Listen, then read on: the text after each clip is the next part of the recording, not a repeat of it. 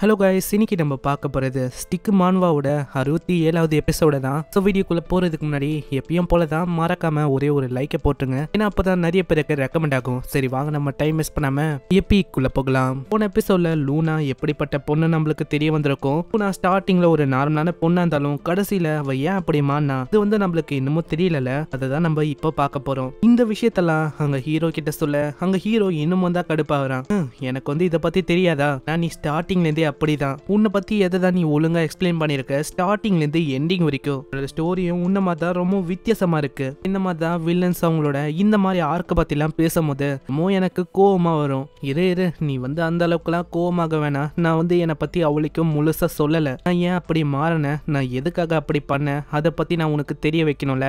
அதை பத்தி நம்ம தெரிஞ்சுக்கலாம். நான் ஒரு இன்னோசென்ட்டான கேமர் தான். எனக்கு இந்த கேம் விளையாடுறது அதுனா ரொம்ப பிடிக்கும். எப்பயுமே நான் கேம் ஒண்டி தான் விளையாடுவேன். எல்லா இடத்துலயும் போய் எக்ஸ்ப்ளோர் பண்ணுவேன். மெயினா சின்ன சின்ன இடத்த கூட நான் விட்டு வைக்க மாட்டேன். ஏதாச்சும் ஒரு சின்ன இடம் கிடைச்சாலும் போதும், அது வழியா புகுந்து உள்ள போய் என்ன இடம் அப்படின்னு நான் பார்க்காம விட மாட்டேன். அந்த மாதிரி தான் நான் ஏகப்பட்ட இடத்துக்கு போவேன். சில பல வாட்டி எனக்கு அடியும் படும். இருந்தாலும் அந்த இடத்தோட அழகெல்லாம் நான் பார்ப்பேன். அங்க எனக்கு ஏகப்பட்ட விஷயத்த பத்தி எனக்கு கொஞ்சம் கொஞ்சமா தெரிய வந்தது. ஏன்னா அதுல ஏன்சென்டான விஷயம்லாம் போட்டிருந்தது. இது வழியா தான் என்னோட இடன் கோஸ்ட் அதுக்கான பயணமும் ஆரம்பிச்சது. நான் இங்க வந்தேன்ல, சோ இதுக்காக எனக்கு 5 பாயிண்ட்ஸ் வந்து கிடைச்சது. நான் இதனால ரொம்ப சந்தோஷமான. இதனால எவ்வளவு சந்தோஷமானா, நீ வந்து இப்போ யாரு கூடயாச்சும் லவ்ல விழுந்தா கண்டிப்பா அவங்கள பத்தி இன்னமும் தெரிஞ்சுக்கணும், அவங்க கூட பேசணும் அப்படின்னு உங்களுக்கு தோணும்ல. அதே மாதிரி தான் இதே மாதிரி இன்னமும் இந்த உலகத்தை பத்தி தெரிஞ்சுக்கணும் அப்படின்னு சொல்லி ஏகப்பட்ட இடத்துக்கும் போக ஆரம்பிச்சேன். இன்னும் லைஃப்ல இருக்க ஒரு இடத்தையும் நான் விட்டு வைக்கல. பொந்துல இருந்து சந்து வரைக்கும் எல்லா இடத்துக்கும் நான் போனேன். சில டைம் ரொம்ப கஷ்டமா இருந்தது. ஆனா நான் போக போக பாயிண்ட்ஸ் கொஞ்சம் கொஞ்சமா கிடைக்க ஆரம்பிச்சது. குரோனோ உலகத்தோட எக்ஸ்ப்ளோரேஷன் இதுவும் கொஞ்சம் கொஞ்சமா கிளியர் ஆச்சு. ஓ அப்படியா, அப்பனா நீ ஒரு ஆர்கியாலஜிஸ்டா அப்படின்னு கூட சொல்லலாம். நான் அப்படி தேடும் போது தான் வித்தியாசமான கல்லை பார்த்தேன். அதுல சில பல விஷயமும் போட்டு இருந்தது. பார்க்கும் போது தான் எனக்கு குரோனோ லைஃபோட பழைய ஹிஸ்டரியை பத்திலாம் தெரிய வந்தது. இந்த குரோனோ லைஃபோட டைம் லைன்ல எவ்வளவு விஷயம் மாறி இருக்குன்னு. குரோனோ உலகம் இது வந்து ஏன்ஷியன் காலத்துல இருந்தே இருக்கு. குரோனோ உலகம் பல வருஷத்துக்கு முன்னாடியே இருந்திருக்கு. அழிஞ்சு போயிருக்கு, ரிவைவும் ஆயிருக்கு. அதுவும் நிறைய முறை. நான் யோசிச்சு பார்த்த மாதிரியே என்னோட கெஸ் எல்லாமே கரெக்ட் தான். ஏன்ஷியன் டைம்ல இந்த 7 சீன்ஸை அதுக்காக தான் அவங்க உருவாக்குனாங்க. இது வழியா இவங்க எல்லாத்தையுமே அழிச்சாங்க. இது வழியா திரும்பவும் எல்லாமே கிரியேட் ஆச்சு. ஆனா இதை பத்திலாம் ஹீரோ கிட்ட சொன்னா அவன் அவளைக்கும் இதை சீரியஸா எடுத்துக்கல. என்ன நீ சொல்ற, அப்பனா இந்த குரோனோ உலகத்தை அழிக்கிறாங்க, திரும்பவும் கிரியேட் பண்றாங்க, மாதிரி மல்டிபிள் டைம்ஸ் இது ரீசெட் ஆகுது அப்படின்னு நீ சொல்றியா என்ன? ஏன்னா இந்த கேம் இது வந்தே ஒரு சில பல வருஷம் தான் ஆச்சு. இதுக்குள்ள நீ வந்து இந்த அளவுக்கு நிறைய விஷயத்த தெரிஞ்சுக்கணும் அப்படின்னு சொல்ற. எனக்கு இன்னமும் விஷயம் வந்து புரியலன்னு நினைக்கிறேன். நான் சொல்ற ஸ்டோரி இந்த கேமுக்கும் பின்னாடி இருக்க ஸ்டோரி. ஆனா உன்னை பத்தி தான் எனக்கு தெரியுமே. இந்த ஸ்டோரினாலே உனக்கு பிடிக்காது. யாரு என்ன சொன்னாலும் ஸ்கிப் பண்ணிக்கினே இருக்குது. ஆமா இல்லையா, பின்ன எனக்கு இந்த ஸ்டோரியே பிடிக்காது. நான் அதை படிக்கும் போது எனக்கு அப்படி தூக்கமா வரும். சரி ஏதோ ஒண்ணு நான் வந்து ஷார்ட் அண்ட் ஸ்வீட்டா உனக்கு சொல்றேன். இந்த குரோனோ உலகம் அது வந்து எப்படி இருந்துச்சுன்னு. பல வருஷத்துக்கு முன்னாடி எல்லா ரேசஸ்லயும் இந்த கோவம் அது வந்து பரவ ஆரம்பிச்சது. இது வழியா ஒரு இனமும் அவங்களுக்கு இடையிலேயே சண்டை போட ஆரம்பிச்சாங்க. எல்லா விஷயமும் நடக்கும்போது அந்த இடமே ஒரு மாதிரி நாஸ்தியாக ஆரம்பிச்சது. இந்த மாதிரி விஷயம்லாம் நடக்க கூடாதுன்னு சொல்லி தான் இந்த கில்டு, இந்த அட்வென்ச்சரஸ், இந்த கமிஷன் இதெல்லாம் புதுசா அப்பியர் ஆச்சு இந்த கேம்குள்ள.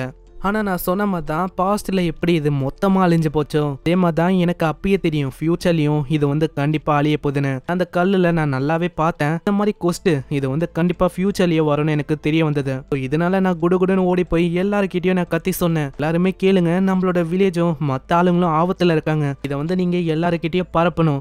கூடிய சீக்கிரத்துல வார் வந்து நடக்க போகுது. இந்த கான்டினென்ட் இது வந்து இல்லாம போக போகுது. இந்த உலகமே அழிஞ்சு போனாலும் அது ஆச்சரியம் இல்லை. ஆனா இவ எவ்வளவு சொல்லியும் அவளைக்கும் அங்க யாருமே கேட்கல. கேட்கிற ஒருத்தங்களும் பயங்கரமா சிரிச்சாங்க. இந்த பொண்ணு பாத்தியா, இது வந்து பயங்கரமா ஜோக் பண்ண இருக்கு. இந்த உலகம் வந்து அழிய போதான், என்ன கதையா இருக்கு இதெல்லாம். நான் எவ்வளவோ அவங்க கிட்ட சொல்ல ட்ரை பண்ணேன். ஆனா ஒருத்தங்களும் கேட்கல. எல்லாருமே சிரிச்சாங்க, அப்படியே போயிட்டாங்க. உங்களோட கண்ணுக்கு நான் வந்து நான்சென்ஸா பேசுறேன், வளர்றேன் அப்படின்னு தான் உங்களுக்கு தோணுச்சு. எனக்கு ஒண்டி தெரியும் இது எல்லாமே உண்மைன்னு. அட இருங்க, நீங்க வந்து போக கூடாது ப்ளீஸ், என்ன நம்புங்க. ஏன்னா குரோனோ லைஃப்ல இருக்க ஒரு இடத்துக்கும் நான் போயிருக்கேன். எனக்கு தெரியாத குரோனோ லைஃப்ல இடமே இல்ல. அவங்க வாய மூடு, நீ வந்து என்ன இன்னமும் தொல்லை பண்ற. நீ எதுக்காக இதெல்லாம் சொல்றேன்னு எனக்கு நல்லாவே தெரியும். நீ அட்டென்ஷனை இன்னமும் இழுக்க பாக்குற. நீ ஒண்டி அழகா இல்லாம இருந்தன்னு வச்சுக்கேன் கூடதான் நான் கண்டிப்பா உன்னை இங்கேயே போட்டு தள்ளுருவேன். நீ கியூட்டா இருக்க, அதுக்காக ஒண்டி எல்லாருமே நம்ப மாட்டாங்க இந்த மாதிரி விஷயத்த சொல்றதுக்கு. இந்த பொண்ணு வந்து இதே மாதிரி பண்ணுந்தா இது வந்து ரொம்ப ஆனோ இங்க இருக்கும். இந்த மாதிரி தான் யாருமே நான் சொன்ன விஷயத்த நம்பல.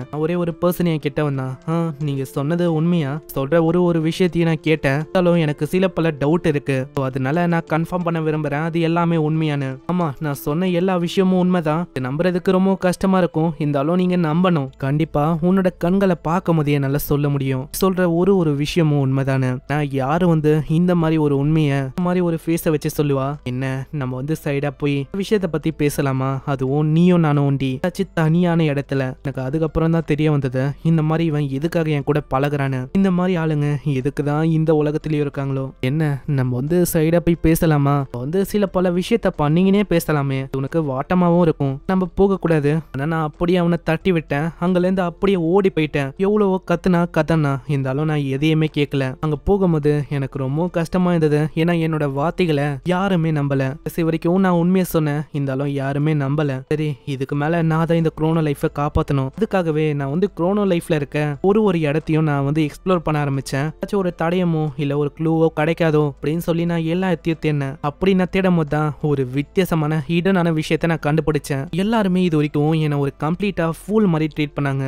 யாரையுமே நான் இப்ப கண்டுக்க கூட இல்ல. ஸ்டார்டிங்ல நான் அவங்கள ப்ரொடெக்ட் பண்ணணும்னு பார்த்ததுக்கு விளைஞ்ச விளைவு தான் இது. எனக்கு இந்த குரோனோ லைஃப் அது ரொம்ப பிடிச்சிருக்கு. ஆனா இப்போ எல்லாமே கொஞ்சம் கொஞ்சமா முடிவுக்கு வர மாதிரி எனக்கு ஃபீல் ஆகுது. போக போக இது ஒண்ணுமே இல்லாம ஆக போகுது. அதனால கடைசியில இந்த குரோனோ லைஃபை காப்பாற்ற முடியாம போயிடுமா? அப்படியே நான் தொடர்ந்து நடந்து போனேன்னா அன்னைக்கு ஒரு நாள் நான் ஒரு வித்தியாசமான ஒளியை பார்த்தேன். அது வேற யாரும் இல்ல, ஒரு ஏஞ்சல் வந்தாங்க என் முன்னாடி. இந்த ஏஞ்சலும் என் கிட்ட பேசினாங்க.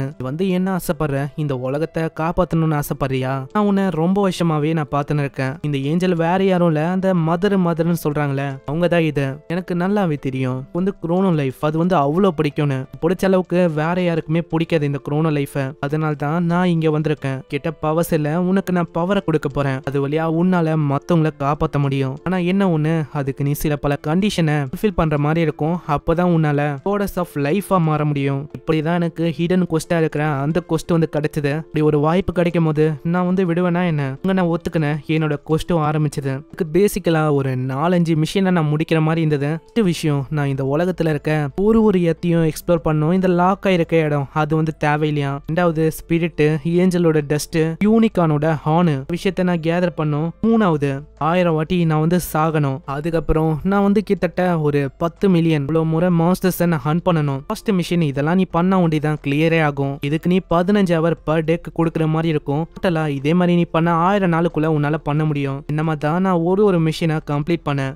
அந்த மாஸ்டர்ஸ் நான் கொள்ள ஆரம்பிச்சேன். இது வழியா இந்த மிஷின் கம்ப்ளீட் ஆச்சு. அதுக்கப்புறம் தான் ஹிடனா இருக்கிற அந்த 4th மிஷின் நான் அதுக்கு வந்தேன். இது வரைக்கும் பண்ணதுக்கு எனக்கு அதிகமா டைம் போச்சு. ஆனா அதுக்கப்புறம் வர மிஷின் அதை நான் எதிர்பார்க்கல அது இப்படி இருக்கும்னு. என்னன்னா அதை பார்த்து ரொம்ப ஷாக் ஆனேன். அதுல என்ன போட்டுச்சுன்னா, நீ ஒரு 1000 யூசர் கூட பார்ட்டிஸை ஃபார்ம் பண்ணி அவங்களையே நீ கொல்லணும். இதனால எனக்கு என்ன பண்ணும் தெரியல. இதுதான் ஒரு ஃபைனல் கொஸ்டா வந்தது. அப்பதான் என்னால ஒரு காடஸ் ஆஃப் லைஃபாவும் மாற முடியும். வழி தெரியல எனக்கும். நான் இந்த குரோனோ லைஃபை காப்பாத்தணும்னா இந்த விஷயத்த பண்ண வேண்டியதான் என்னால காப்பாற்ற முடியும். இந்த கொஸ்ட் இது ரொம்ப கொடூரமா இருந்தாலும் இதை பண்ணணும். அதனால நான் ஒரு பிகே பிளேயரா மாறினேன். பிகே பிளேயர்னா ஒண்ணும் இல்ல, இந்த பிளேயர் கில்லர்னு சொல்லுவாங்களே, அதான் நம்ம பிகே பிளேயர்ஸ் அப்படின்னு சொல்லுவோம். அப்புறம் என்னாச்சு நம்மளுக்கு தெரியல. நம்மளும் நெக்ஸ்ட் எபிசோட்லயே பார்க்கலாம். வீடியோக்கு மறக்காம ஒருத்தங்களும் ஒரு லைக் போட்டுருங்க. ஏன்னா அப்பதான் நிறைய பேருக்கு ரெக்கமெண்ட் ஆகும். இப்போதான் லூனாவோட ஸ்டோரியே முடிய போகுது. தெரிஞ்சக்கப்புறம் வேற லெவலான விஷயம்லாம் நம்மளுக்கு காத்துன்னு இருக்கு. ஸோ மிஸ் பண்ணாம பாக்குறதுக்கு சப்ஸ்கிரைப் பண்ணிக்கோங்க. நான் உங்களை நெக்ஸ்ட் எபிசோட்ல சந்திக்கிறேன். தேங்க்யூ ஃபார் வாட்சிங். சைனரா.